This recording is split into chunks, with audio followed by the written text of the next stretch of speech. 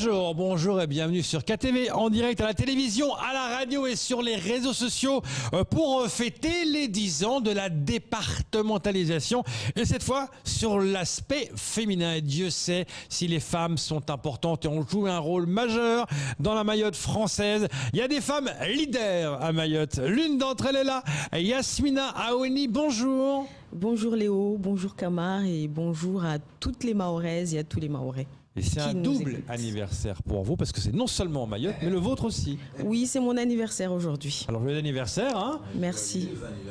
Merci alors, beaucoup. c'est vrai que Mayotte, on ne peut pas parler Mayotte sans parler des femmes.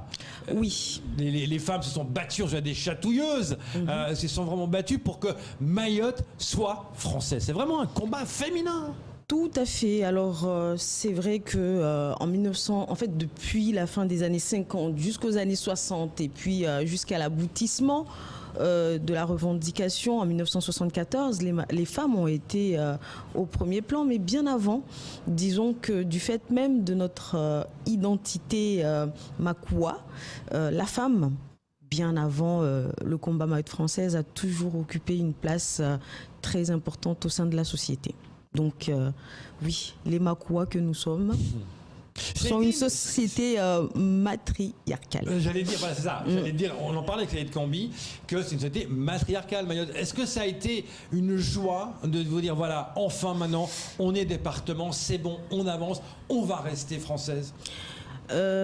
L'obtention du statut, en fait, du nom de département pour notre territoire, ça a été une victoire à ce moment-là, puisque c'était l'obtention d'une revendication qui datait quand même des années 50 ans, pour tout vous dire. On parle des chatouilleuses. On parle de... Oui, tout à fait. On parle des chatouilleuses, des femmes qui étaient là et qui ont revendiqué très tôt un destin distinct, pour ne pas faire un jeu de mots, un destin distinct de celui des autres îles de l'archipel.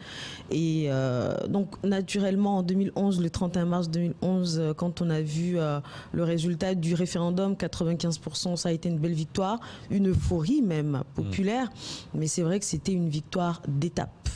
Le combat continue tout de même. Alors justement, Yasmina, 10 ans de départementalisation, on a vu que certaines de ces combattantes ont eu la chance de voir en tout cas Mayotte descendre sur cette place de la République, fêter la départementalisation. D'autres étaient partis malheureusement un peu avant. Aujourd'hui, est-ce qu'avec 10 ans déjà au compteur, est-ce qu'on y pense encore? On se dit, est-ce qu'on est en train de bien faire ou mal faire, nous, jeune génération, femmes de ce territoire justement? En premier lieu, je pense qu'il serait judicieux de poser un acte de commémoration annuelle afin que justement ceux qui sont nés aux alentours des années 2010 ou ceux qui ne connaissent pas forcément toute l'histoire qu'il y a derrière aujourd'hui la francité de Mayotte, afin que ceux-là sachent l'histoire de ce territoire. Donc cet acte de commémoration annuel et régulier, je pense qu'il est important. Et puis oui, nous qui savons aujourd'hui, bien sûr que force est de constater que les choses ne sont pas toujours comme on le voudrait. Le développement du territoire, notamment son évolution, rencontre des difficultés et parfois nous sommes tellement découragés, parfois nous n'y croyons plus, mais je pense qu'il nous faut toujours prendre comme référence justement les chatouilleuses avec leur révolte. Il y a certaines revendications qui ne s'obtiennent pas en un jour, comme on dit, Rome ne s'est pas fait en un jour. Donc ici il s'agit d'un projet de société et d'un projet qui doit s'étendre sur plusieurs générations et donc sur le long terme. Donc c'est vrai que si on regarde seulement sur le court terme, on sera déçu, mais la question est peut-être de maintenir en permanence l'âme Soroda, l'esprit Soroda, et de pouvoir transmettre ça de génération en génération. Je pense que l'enjeu est là, parce que chaque génération devra faire avancer un petit peu plus la cause, sauf que cela ne sera possible que si chaque génération sait l'histoire, ce qui risque de ne pas être le cas si nous ne commémorons pas. Alors, je ne peux ici continuer cette prise de parole sans bien sûr rendre hommage à Bwenzena, sans rendre hommage à Zena Meres, sans rendre hommage à Younoussa Bamana, sans qui ont été nos leaders, bien sûr, sans qui aujourd'hui nous n'aurions jamais eu tout ce que nous avons aujourd'hui. Et je rends également hommage à Zoubera Dinani et à tous ces militants qui n'ont pas économisé leurs efforts et leur passion et leur amour pour Mayotte et qui sont morts aujourd'hui, parfois dans l'anonymat et parfois dans l'oubli de ce territoire. Donc je tiens à leur rendre hommage. Je rends hommage aujourd'hui également aux Soroda qui sont encore vivants et qui ont l'impression que finalement ils se sont peut-être battus pour rien parce qu'ils ont revendiqué. Ce sont d'autres générations qui bénéficient de tous les bienfaits de leurs revendications sans jamais penser à eux, sans jamais ne serait-ce qu'aller leur rendre visite.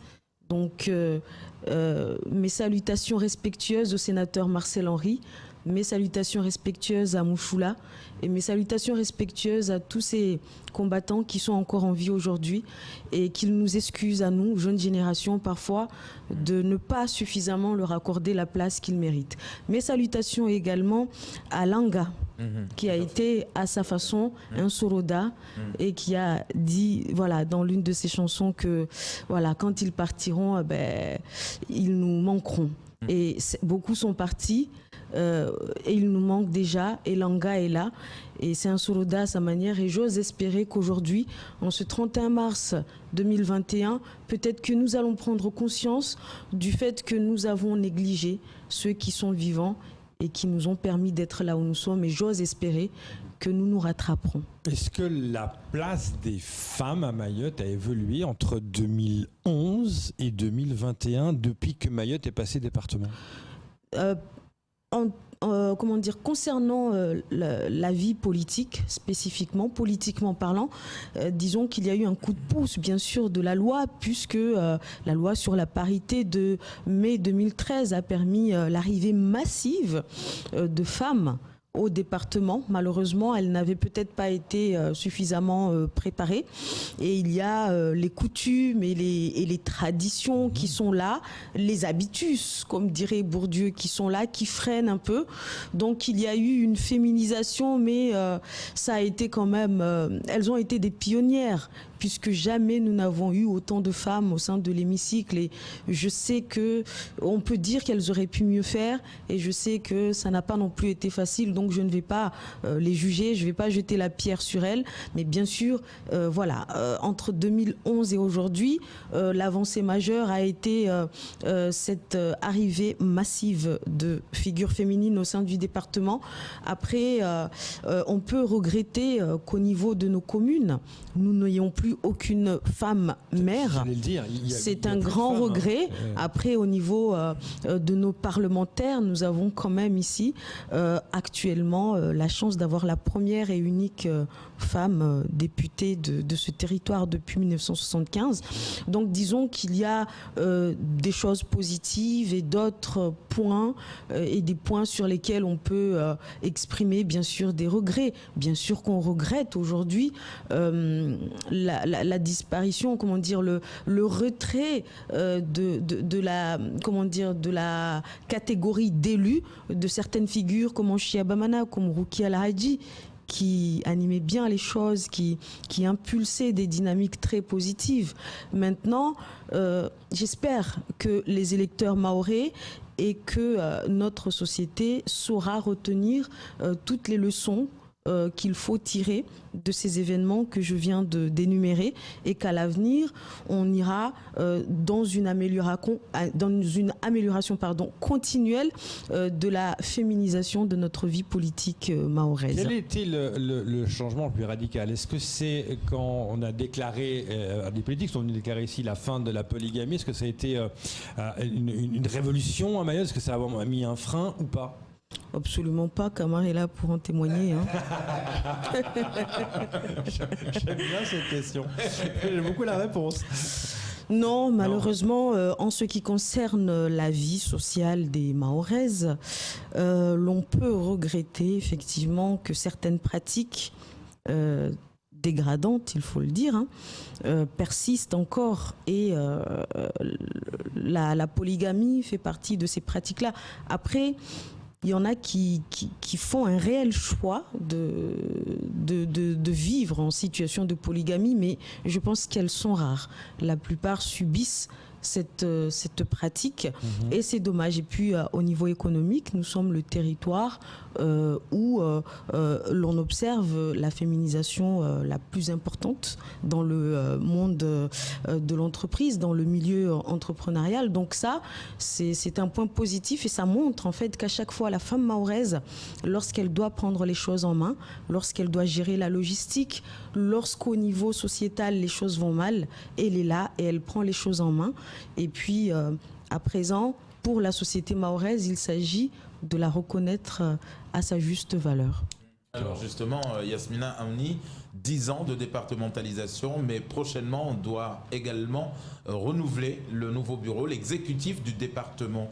En tant que femme, les femmes combattantes de Mayotte, et le combat continue, Dieu sait, qu'est-ce que vous aurez aimé aujourd'hui que ça change au niveau du département, de l'exécutif, ce qu'il faudrait mettre en avant pour que la femme soit encore un peu plus mise en avant? Alors, je vais parler franchement, sans aucune langue de bois. Aux dernières élections départementales de 2015, ce que moi j'ai constaté, c'est que les partis politiques avaient leurs candidats hommes. Par contre, en ce qui concerne le choix des femmes, puisqu'il s'agit de présenter des binômes, en ce qui concerne le choix des femmes, ils se sont comportés, ces partis politiques, comme s'il s'agissait de choisir une suppléante et non une candidate à part entière. Et puis, pire encore, la plupart des figures féminines fortes politiquement ont été écartées. Et ont été choisies en lieu et place des femmes qui parfois n'avaient jamais fait de politique et des femmes qui étaient juste issues de bonnes et grandes familles qui allaient rapporter beaucoup de voix, ce qui n'était pas forcément le critère appliqué aux hommes. Aujourd'hui, nous constatons avec le traitement que les LR ont réservé en Chia, qui a été exclu de ce parti, que malheureusement, les mêmes scènes risquent de se reproduire. Moi, ce que je peux dire aux électeurs, c'est qu'ils ne doivent pas accepter que des figures féminines fortes qui pourront être de très bonnes élues soient écartées au profit de figures féminines faibles, parfois pas du tout politisées, qui ne seront pas de bonnes élues. Donc là, il s'agit de bien être vigilant face aux investitures et aussi face aux choix, parce qu'en période électorale, on est comme aveuglé. Notre jugement et notre raison ne fonctionnent plus. Moi, je pense qu'il nous faut mettre fin à cela. Et il ne s'agit pas de dire celle-là, elle a une trop grande gueule, celle-là, elle se croit trop, on va lui montrer de quel bois on se chauffe. Choisissons bien. Il y a des femmes politiques fortes. Aux dernières élections, par exemple, Madame Sandati Abdou, la présidente des femmes leaders, elle s'était présentée. Madame Swafia Bako aussi s'était présentée. Madame Mdzadze Moualim s'était présentée. Et je ne vous dis pas à quel point elles ont été malmenées. Elles ont dû parcourir un vrai parcours du combattant avant déjà de réussir à présenter leur candidature. Et après, l'électorat les a un peu boudées. Mais dans le même temps, les élections passées, lorsqu'il y a des soucis, on vient chercher les femmes leaders. Après, il y a les femmes qui sont membres des femmes leaders, mais il y en a d'autres qui sont actives, dynamiques, sans pour autant être membres des femmes leaders. Et celles-là aussi, je pense qu'elles doivent être mises en avant. Donc, refusons cette pratique qui veut traiter les binômes femmes comme juste des suppléantes, parce qu'on voit le résultat et c'est vraiment, comment dire, sans méchanceté aucune envers celles qui sont déjà là. Je sais que ça n'a pas été évident, mais parfois on aurait quand même aimé qu'elles soient de vrais soldats et qu'elles prennent les rênes en fait, et ça ne s'est jamais passé. Donc si on veut avoir des figures qui à l'hémicycle qui soient plus dynamiques, plus actives, peut-être que tout commence par maintenant. Refusons ces bonnes femmes qui ne se sont jamais intéressées à la politique et qui ont été cherchées, que les partis sont allés chercher juste parce que pour eux, la candidature, la vraie, c'est celle de l'homme. Refusons cela. Voilà. Le message est clair. Yasmina Aouni, merci beaucoup. Les femmes sont importantes. De toute façon, dès qu'on a un problème, on s'adresse à notre mère. Voilà. Mais c'est la moitié de l'humanité, les femmes. Hein. Les mamans, c'est toujours quelque chose. Et les femmes leaders aussi. Merci beaucoup d'être venus. Apportez votre féminisme et ces petites fleurs. Comme ça sent bon. Sentez un peu. Allez, vous sentez? Voilà, ça sent très bon. Merci beaucoup. C'est tout pour ce temps de parole. Tout de suite, la suite de vos programmes.